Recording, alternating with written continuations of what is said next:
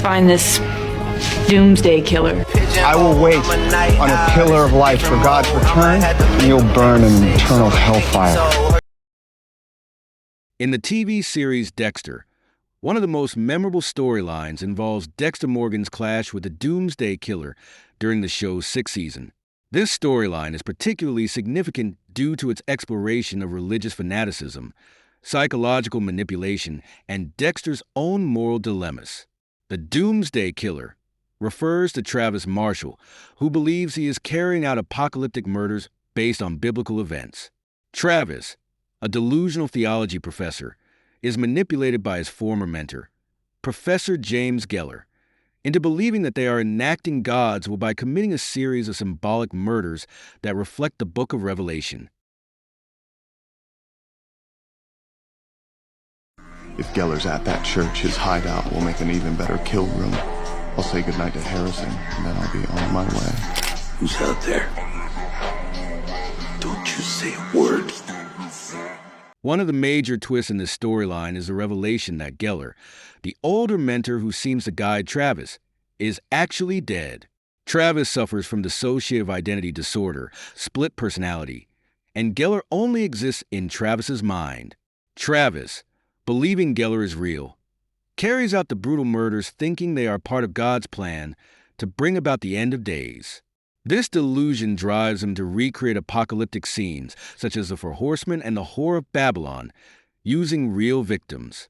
The murders that Travis carries out are staged to look like biblical prophecies. Each of the killings has a symbolic reference to the end times, as described in the Bible's book of Revelation.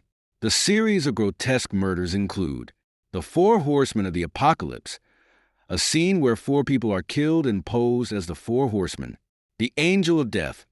A victim is dressed with wings to symbolize the angel of death. The Whore of Babylon. A victim is mutilated to represent the Whore of Babylon from the Bible. I believe in God. Well, then you better start praying to him, and fast. As always, Dexter Morgan becomes intrigued and horrified by the Doomsday Killer's ritualistic murders, which are staged in grotesque and symbolic ways. While Dexter initially tracks both Travis and Geller, he eventually discovers the truth about Travis's mental state and that Geller has been dead for years. Dexter's pursuit of Travis becomes personal after the killer kidnaps Dexter's son, Harrison, in the series' climactic moments. This sets up a dramatic showdown between Dexter and Travis.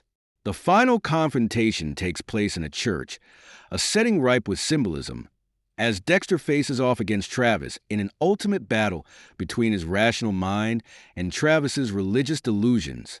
In the final moments of the season, Dexter captures Travis, brings him back to the church, and kills him on the altar, fulfilling his role as judge, jury, and executioner once again. The Doomsday Killer arc is pivotal in Dexter's development as a character. The entire season revolves around themes of belief, guilt, and whether redemption is possible for someone like Dexter. The idea that Travis is manipulated by a figure, Geller, that does not exist also parallels Dexter's own internal dialogue with his deceased father, Harry, who often guides him in his decisions. In this way, the season becomes a reflection of Dexter's own psychological struggle. Moreover, the season ends with a game-changing moment. Deborah Morgan, Dexter's sister, discovers him in the act of killing Travis. This sets the stage for major developments in the following seasons, as Dexter can no longer hide his secret from the person closest to him. I am a father, a son,